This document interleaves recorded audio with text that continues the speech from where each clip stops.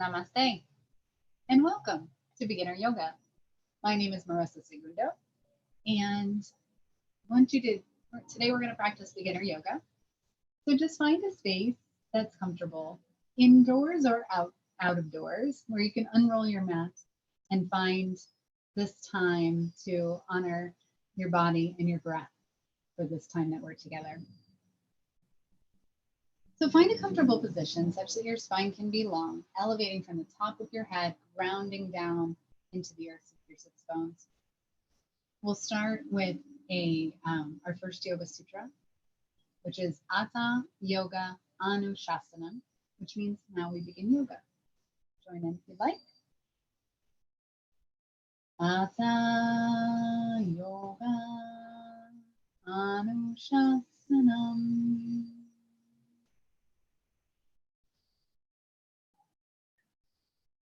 And please join me in the sound and vibration of Om. Inhaling to prepare. And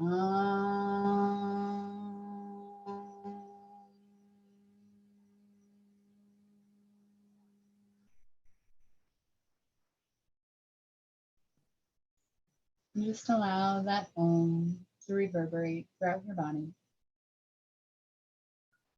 And take a moment to create an intention for your practice, for your life, or for this moment. Hold that intention in your heart and then clear it from your mind as you either leave your hands at heart center or draw them along your sides, connecting thumb and forefinger. And we'll just take this time to slow down. Allow the outside world to exist outside as you remain focused on this moment. Watching your breath, noticing how it comes in and out naturally without changing it. Inviting your forehead to relax, eyes to close gently, or to remain focused on one single point.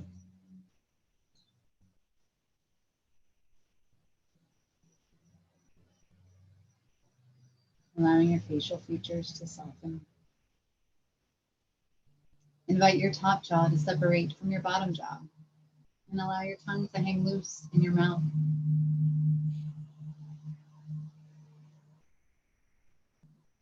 And if you haven't begun to do so naturally, beginning yogic breath, breathing in through the nose, allowing that air to travel deep into your belly, expanding your belly with air. As you exhale, collapsing your belly, inviting that air to travel up and gently out your nostrils. Continue this rhythm of your breath in through the nose, gently down into the belly, expanding the belly with air. As you exhale, then collapsing the belly, inviting that air to travel up and out your nostrils. Inviting waves of relaxation to start at the very tip of your spine and gently travel down to the base of your spine. Connecting with the rhythm of your breath.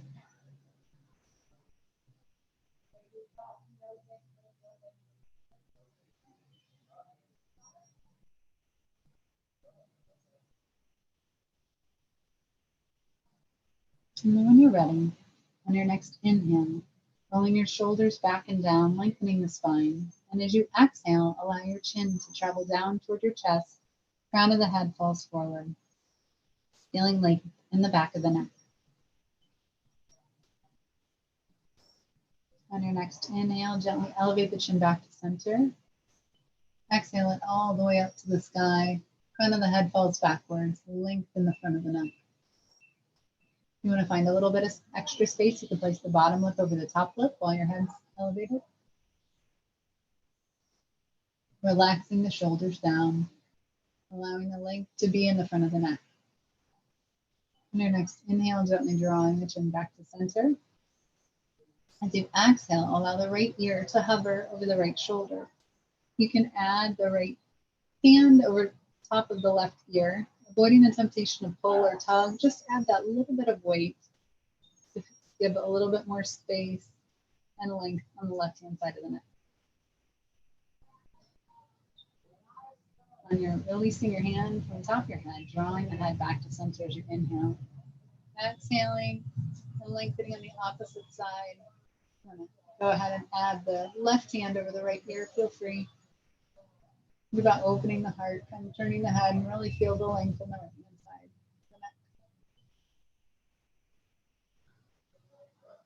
Inhale, release the hand from the top of the head, drawing the hands to the heart center. If you need to switch which foot is in front, you can do that at any time. Sometimes our sitting in Sukhasana or seated position may cause a little bit of sleepiness for our feet until we start to move. So we'll place our hands at heart center. Inhale, the clasped hands up over our head, little tiny back bend.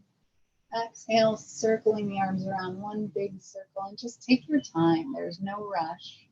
Eventually, we'll bring our hands to heart center, Anjali Mudra. Just taking your time, connecting your hands at heart center. Inhale, the clasped hands up over your head.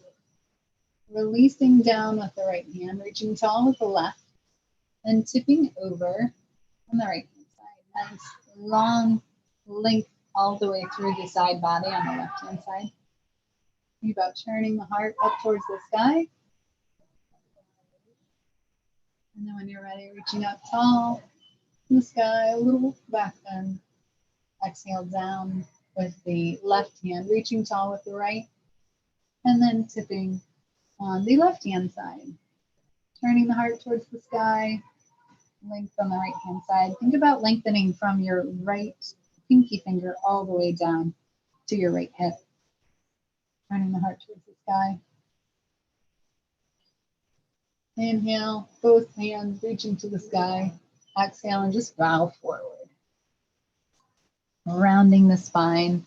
Just coming onto our fingertips here. I don't know if you can see this from the shadows, and then we'll walk our hands all the way over to the right hand side, pressing into the earth, as if you're trying to actively press the earth away from you.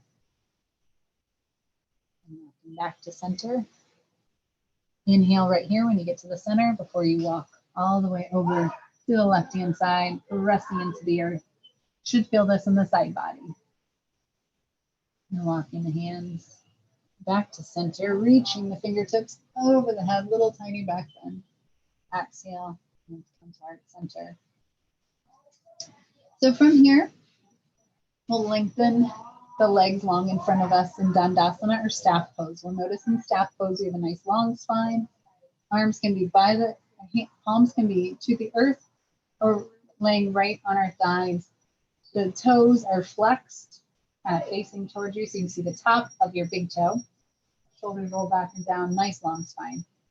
And just spend a moment in Dandasana or staff pose. If your hamstrings are really tight, if this is a lot for this early in your practice, you can bend the knees a little bit, give yourself a little space here. And that may not seem too much. You can also work your knees down. So maybe you start with them bent just slightly, still with your long spine. And then as your hamstrings become a little bit more accustomed to this, you can just eventually work your way to longer legs. So you find yourself in staff pose in a position where you can just simply release and let go. All too often in staff pose, people are waiting to do the next pose. But just spend a moment pausing here, feeling your long spine in this L shape we're making. And then from staff pose, we'll take our left foot, bring the sole of the left foot to the mat, bending so the sole of the left foot is to the earth. And we'll bring our hands to heart center. Inhale them up. As we exhale, we're actually going to turn to the right hand side. So I'm going to flip around. We're just going to have an open twist. So we're turning and opening. Nice open twist on the right hand side. Gaze will be over the right shoulder.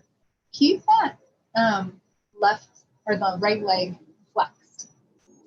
I say leg and ankle. Keep your right ankle flexed. So now you're engaging with the right leg and still getting an open twist. And if you want to go ahead and take the closed twist on the opposite side, you can swoop your arms up to the sky and just flip around. Maybe do easier for you to see.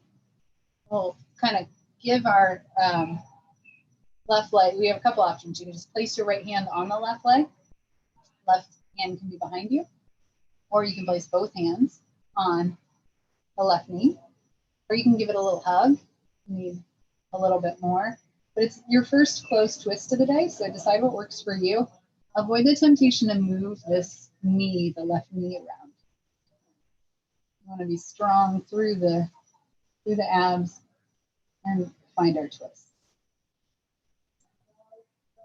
Okay, so we'll do the same thing on the opposite side. Exhale and coming back to center. And now we'll put the right foot flat on the earth. Inhale, our arms up to the sky. Exhale for our open twist. So our hand can be just placed on right hand on the knee, left hand behind us for an open twist. Nice long spine. You get the core boosting benefit. Gazes over the back, left shoulder.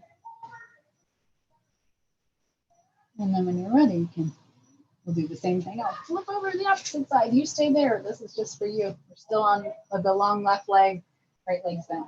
We'll swoop our arms up to the sky. Exhale, close twist on the right hand side. So gazes over the back shoulder, back right shoulder. Nice long spine.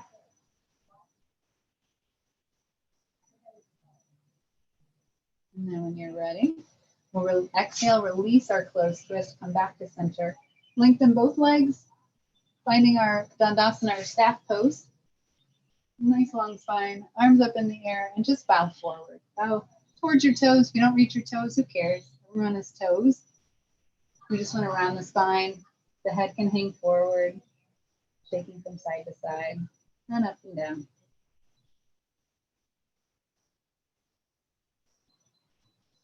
And then when you're ready, reaching your arms up to the sky, maybe find a tiny little back bend here. Exhale and hands to heart center. So we'll swoop our knees around and come onto hands and knees, making sure that our knees are aligned with our hips, the little crease in our wrist is just aligned with the shoulders. Nice long spine. And then when you're ready, nice long spine. We'll find ourselves in that tabletop position. And just spend a moment, take a couple breaths in tabletop position. Before we inhale, melt the heart forward, shoulder blades come together. Last thing that comes up is the crown of the head. Exhale, round the spine, allow the head to hang forward. Find yourself in cat pose. So we're making a C shape with our spine, pressing into our thumb and pointer fingers. Inhale, melt the heart forward. Exhale, round the spine. Inhale and melt the heart forward. Exhale and round the spine. And just do a couple of inhales and exhales with these two postures in mind. And if you want to make any modifications, maybe you want to bring your hands closer to your knees for a scaredy cat and a scaredy cow. So you do a very shallow cat and cow. You can do that. You can put them, maybe just walk, maybe you want to walk to the side and get some side body stretch. Play with a stretch and decide what works for you in this space. Cat and cow are the basic postures you can do, and you can do it anytime during any day. You can do them seated, or you can do them in a tabletop position. So it's completely up to you. And when you feel good with these two postures, we'll place our hands, one hand length in front of us, and melt down into an extended child's pose. From our extended child's pose, let's just spend a moment here and just feel the weight on the back body, lowering the sits bones closer to the earth. Arms are long in front of us, fingers are spread wide apart and active. And from here, we'll slither through till we find ourselves in a Sphinx pose. So we'll scooch back a bit here so you can see Sphinx pose has our forearms to the earth. Fingers are spread wide apart and active, and our gaze is just forward. So we're not trying to pull our chin up high. We're just having a nice straight gaze forward. And you should feel extension in the lower to mid back. So this is good if you've got that space in your mid back that you can't always get to. You can just hold your seat pose. Then you can lower all the way down. From here, we'll tuck our toes and place our fingers right underneath our shoulder blades, our shoulders rather, and we'll tuck our toes and press into a plank pose. From our plank pose, we're just going to go ahead and walk the plank all the way up until we find ourselves in a downward facing dog. I didn't walk the plank very long, to be honest, so I was in a hurry to get to a downward dog. While we're here, just enjoy your downward dog. So you can walk, you can come onto your tippy toes or down on your heels, whatever feels good.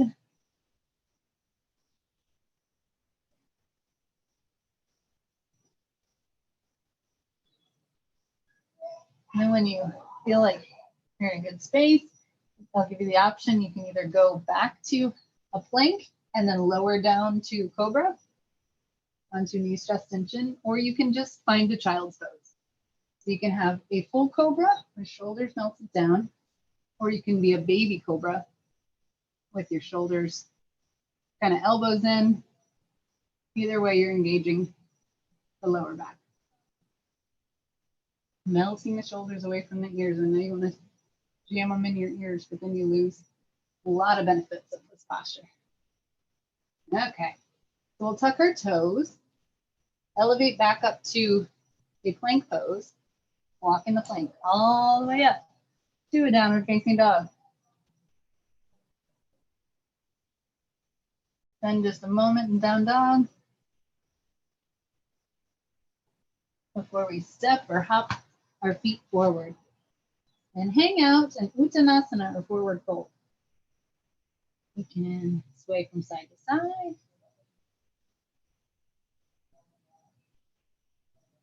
And then very slowly rounding the spine up to a standing posture. So from our standing posture, we'll place our hands at heart center.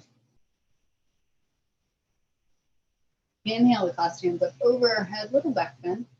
Exhale, swan dive forward. Hands to the legs, flat back extension. Exhale, hands on either side of our feet, jumping back with the right foot. And just spend a moment going forward and back in this high lunge. And if you have knee sensitivity, you may want to bring a little bit of an extra mat, or you can also tuck your mat over just a little bit to support your knee. We're going to come down on our back right knee. So we'll elevate ourselves up into a low lunge. Hands at heart center. You can either keep this back toe tucked, or you can place the sole of the back foot flat on the earth. I like to keep mine tucked just to give a little bit of more stability. It just becomes a little bit of a kneeling balance. So place our hands at heart center. Inhale or clasp hands up to the sky. Find a little back bend. Exhale, we'll melt forward. We'll hinge our hips forward, lengthen our left leg. Feels like a kneeling pyramid pose. You should feel nice extensions here. You can either point your left toe or you can flex, wherever you need it. If you need it more in your hamstrings, then flexing is going to be where you want to be. All right, then we'll start to bend this front knee. Go back to the arms up over the head. And we'll place them at heart center. Place hands on either side of the feet. And we will elevate back up with the back foot. And we'll hop the left foot to meet the right. Find yourself once again in plank pose, lowering down, knees, chest, and chin, or chaturanga if you want to just hover. And we'll push ourselves up into a cobra. Exhale, downward facing dog. You want to walk your dog, you can walk your dog. Jumping forward with the right foot. If you need to hook and drag that forward, go for it. And we'll do the same thing we did on the opposite side on this side. So we'll lower down to the back left knee. So whoop the arms up to the sky, a little back bend. Exhale, lengthening the front leg and hinging forward. Once again, you can have pointed toe or you can have flex. Two different things going on there. I want to make sure that our hips are still square, that we're not leaning too much on this left-hand side, but the right. You can also think about pressing into the right heel. Give a little bit more equal weight. And we'll bend the front knee, reach up to the sky, circling the arms around. And we'll elevate the back foot by tucking toes and elevating the back knee. And we'll hop the left foot to meet the right, reverse swan dive. Little back bend. Exhale and hands to heart center. We'll place our hands at heart center once again. Inhale with clasp hands up over the head. Little back bend. Exhale, swan dive forward. Hands to the legs, flat back extension. Exhale, jumping back with the left foot, leaving the right foot forward. Bending down with the left knee. Once again, you can either tuck the toes or you can just place the top of the left foot down. A little back bend if you'd like. Here we're going to place our hands at heart center. Change this just a little bit. So we're going to take our we're going to elevate the right elbow and place the left elbow in front of the right knee. So we're doing kind of a closed twist here. And we'll elevate back up, bringing the arms. And if you can either stay here or if you want to do that lengthening of the leg again, you can do that. Either way, we're going to end up elevating up with the back leg, jumping the right foot to meet the left, and then lowering down, knees, chest, and chin, or chaturanga. Inhale for cobra. Tucking the toes. Exhale, downward facing dog. Jumping forward with the left foot, and if you need a hook and drag that left foot forward, go for it. Back foot, we're going to tuck the toes and lower the back right knee down. Inhale, reaching all the way up to the sky. Circling the arms around. This time our left elbow is going to go right over the left knee. Nice long spine. Think about still elevating up from the top of the head as you do that. And circling back to center. And if you want to reach the arms up over the head, exhale. If you want to lengthen that foot, you can do that again. If you did it on the opposite side, you should do it on both sides. And you can bend the knee, tuck the toes, elevating the back right knee, jump the left foot to meet the right, lowering down knees, chest, and chin. Inhale for cobra, tuck in the toes, exhale, downward facing dog.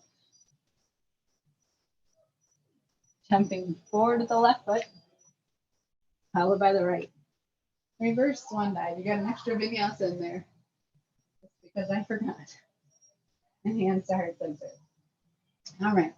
So we'll move to our balance and just do a pretty easy balance. We'll start by bringing our right foot out to the side. Find a nice long spine. Hands at heart center. You're going to want to find a balance point that doesn't move. Something that's either directly in front of you or slightly above. Usually when your balance point is the floor, you tend to kind of want to go down. So upward is better. So we'll start with our toe just kind of tucked a little bit out to the side. The right knee's bent, but not so much. And then we'll start by just elevating up with the right leg. I'm a big fan of flexing the foot at this point. And if it's helpful, you can bring your hands out to kind of goddess arms. So you can bring your hands to Gyan Mudra. And our foot's just hanging out to the side. I'm using my left foot as kind of like fingers to grip my mat. If you want to challenge yourself, you can bring your hands to heart center as you bring your knee in. And then bring it to the side again. Ooh. Very difficult to talk and balance at the same time. And then if you want to close it out by doing the same thing, a very controlled balance. All right, you can just walk out your balance. Ankle circles if you'd like. It helps to say thank you to our ankles. We hold our weight all day. Hands at heart center, finding a balance point in front of us. Now the left foot comes out to the side. Think about lifting up from your lowest rib. Shoulders roll back and down. You have this nice even foundation to work with. Try to not overextend your foundational knee, the right knee. And then when you're ready, you can start to flex that foot. Elevate your knee. And if it feels good, you can bring your arms out to the side here. Gyan Mudra. And then if you're up for your challenge, you can bring your knee to center. Hands at Anjali Mudra. And then bring them back out to the side. And then back. Oh, I think I said before to go back in the front and then come down. But it's up to you. It's your balance. Decide what works for you. If you want to do your ankle circles, you can do that. So we'll work our way to the edge of the mat. Using your hands at heart center. Inhale to clasp hands up overhead. Swoop the arms behind us. Start to bend the knees and find our chair pose. In our chair pose, you can either pause here, or if you like doing that twist that we did when we were on the ground, you can actually do that in your chair pose. You gotta get really low in your chair, and you can twist to the right or your right, elbows over your left, elbows over your left, right, elbows over your left knee, back to center, and then the opposite way. And back to center. Lowering ourselves down, we'll circle our arms behind us. Reach forward. Finding ourselves in a squatting pose. Nice long spine. Using your core to lower yourself down. All right. Now we find ourselves once again on our mat. From Dandasana, I'm going to do something a little different. So think about elevating up. We'll place the palms up to the sky. We're just going to lower ourselves down in Dandasana, so we have straight legs. If you are near a wall, you can press your feet into the wall and use that stable. I mean, you can use a wall or you can use a block or whatever. Give yourself a little bit more stability and then lower yourself down. So you're still getting into your core, but you have this stable thing you're pushing against with your feet.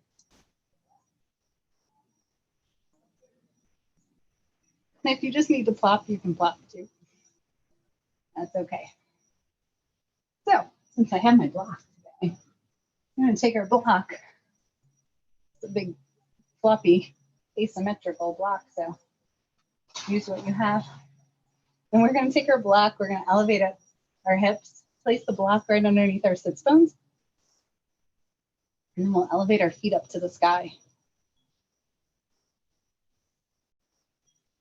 And while our feet are kind of together and towards the sky, just draw a circle on the sky with your connected feet.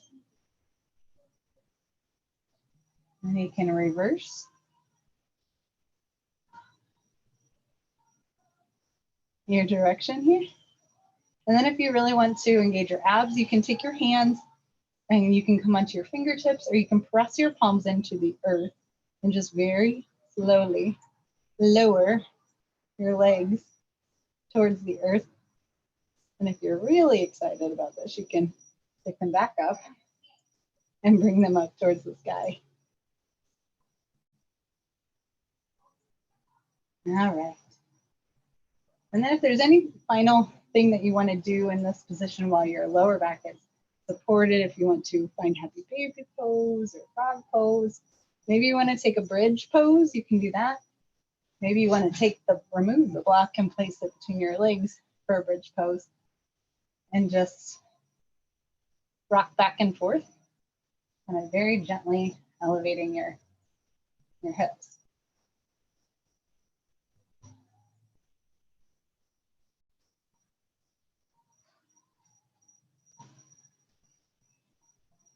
All right, and then when you're ready, we'll lengthen our legs long in front of us, palms up towards the sky, shoulders connecting with the earth. At this time during Shavasana, if there's any final posture that you'd like to do before we begin Shavasana, you can do that. You can also add a bolster underneath your knees, a rolled blanket, whatever feels comfortable. You can also find a, lavender eye pillow, maybe filled with rice or lavender itself. And that should feel good. You can place that over your eyes. Whatever makes you feel comfortable in Shavasana. You can also bring the soles of your feet together and find Supta Baddha Konasana if you'd rather. And just connecting with the rhythm of your breath. Staying present. Maybe just taking a moment to remember the intention that you set at the beginning of your practice. And without judgment or distraction, just kind of breathe that in.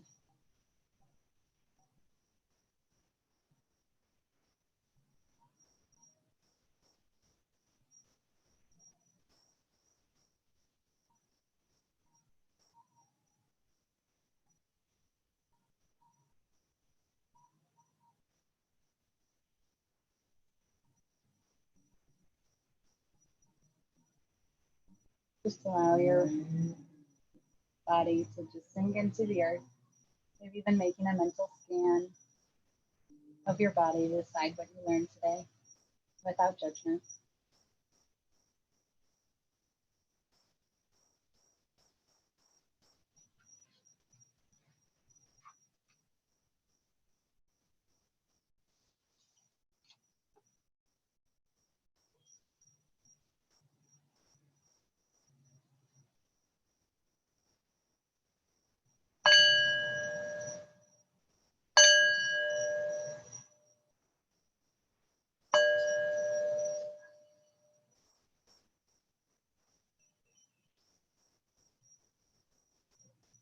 Slowly allow your body to come back to awareness. Wiggling your fingers, wiggling your toes, touching your thumb to each finger, one at a time. Connecting with the energies of earth, air, fire, and water. Ta, ta, na, na. Stretching your arms long above your head and your legs long in front of you. Stretching your energies from fingertips to tips of toes. And gently drawing your knees back into your chest and giving them a hug. Rocking side to side or in a circle, massaging your lower back. And allow your knees to fall over to the right hand side and rest there for a moment in the fetal position. Our final resting posture is Shavasana, or corpse pose, where we allow any unwanted thoughts, feelings, or energies to die in this posture. In this fetal position, we are reborn, ready to lead a new life of mindfulness, awareness of our body, breath, and all of the beautiful energy around us. Whenever you're ready, bringing only the good and positive energy with you, slowly help yourself up to an easy seated position. I invite you to join me as we seal this practice as we began with the sound and vibration of Om. With your hands at heart center, inhale to prepare. Om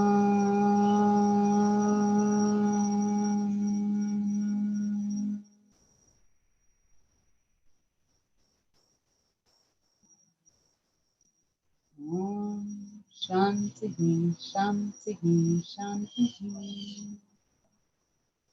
May your mind be open. May your words be mindful. May your heart be open and abundant with love. Namaste.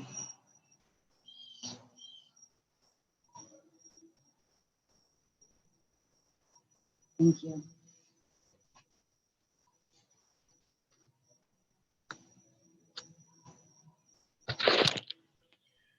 Oh my God, that bell